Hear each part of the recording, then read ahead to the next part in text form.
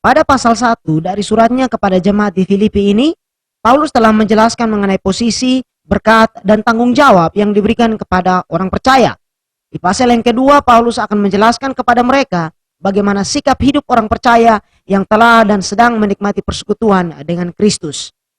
Sekarang dengan berlandaskan apa yang sudah dia sampaikan di pasal 1, maka pada pasal 2 ini Paulus menjelaskan bagaimana orang percaya di Filipi bersikap dalam kehidupan mereka bersama sebagai sebuah persekutuan. Di ayat 1 dari pasal yang kedua, Paulus menegaskan apa yang menjadi dasar dari dorongan yang dia berikan kepada jemaat di Filipi ini. Dia mengatakan, jadi karena dalam Kristus ada nasihat, ada penghiburan kasih, ada persekutuan roh, ada kasih mesra, dan belas kasihan. Ini merujuk kembali kepada pasal yang pertama ayat yang ke-27 hingga ayat yang ke-30, di mana dia mendorong mereka untuk bertahan menghadapi serangan terhadap iman mereka, yang mana serangan itu berasal dari luar. Maka di sini dia memberikan landasan untuk mendorong mereka agar menggumuli dan menyelesaikan persoalan yang ada di dalam persekutuan mereka sendiri dengan prinsip-prinsip berikut, yaitu nasihat, penghiburan kasih, persekutuan roh, kasih mesra, dan belas kasihan. Dan saudara perhatikan bahwa semua ini adalah karakter dan teladan dari Kristus. Dari dasar akan prinsip hidup sebagai orang percaya inilah, Paulus kemudian memberikan petunjuk untuk apa yang harus mereka lakukan di ayat yang kedua hingga ayat yang keempat. Paulus memulai dengan menunjukkan ini sebagai permintaan pribadinya. Dia mengatakan, karena itu sempurnakanlah sukacitaku dengan ini. Dia mengajukan sebuah permintaan secara pribadi. Di ayat yang kedua, Paulus mulai dengan menunjukkan agar mereka hidup dalam kesehatian dan ikatan kasih yang dalam sebagai saudara seiman. Dia mengatakan, hendaklah kamu sehati sepikir, dalam satu kasih, satu jiwa, satu tujuan. Kesatuan hati dalam persekutuan menjadi hal yang penting. Paulus ingin mereka mengerti bahwa kesatuan yang sejati berasal dari dalam, yaitu dari hati.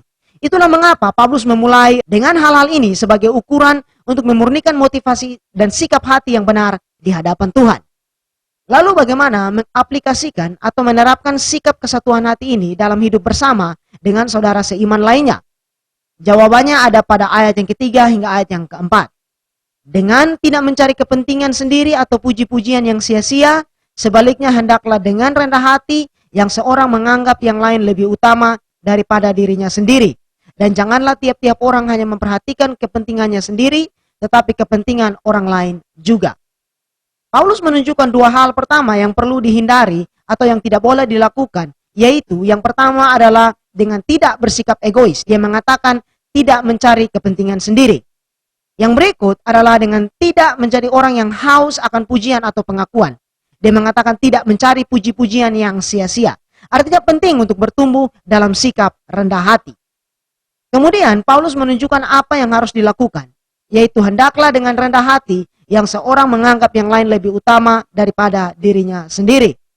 Orang percaya dipanggil untuk melayani dan bukan untuk mementingkan dirinya sendiri. Tuhan Yesus sendiri menunjukkan teladan yang sempurna dengan mengorbankan dirinya untuk menebus kita dari hukuman akibat dosa dan pelanggaran kita. Paulus menekankan hal ini lebih jauh pada ayat yang keempat. Dia mengatakan, janganlah tiap-tiap orang hanya memperhatikan kepentingannya sendiri, tetapi kepentingan orang lain juga.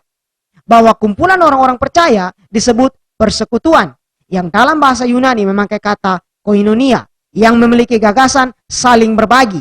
Dan oleh sebab itu, maka kembali sebagai orang percaya, kita tidak hidup untuk diri kita sendiri, tetapi perlu untuk memperhatikan kepentingan orang lain juga. Hal ini dengan kuat ditunjukkan dalam kehidupan jemaat mula-mula, di mana mereka saling membantu dan saling memperhatikan kebutuhan satu sama lain. Kita bisa melihatnya di dalam Kisah Para Rasul, pasal yang keempat, ayat 32 hingga ayat yang ke-37. Perhatikan bahwa hal ini dengan sendirinya berkaitan dengan tema besar dari surat Paulus kepada jemaat di Filipi ini, yaitu mengenai sukacita. Dan untuk menikmati sukacita yang sejati, dimulai dari hal yang sederhana dan melakukan segala sesuatu dengan sikap hati yang benar dan tulus di hadapan Tuhan.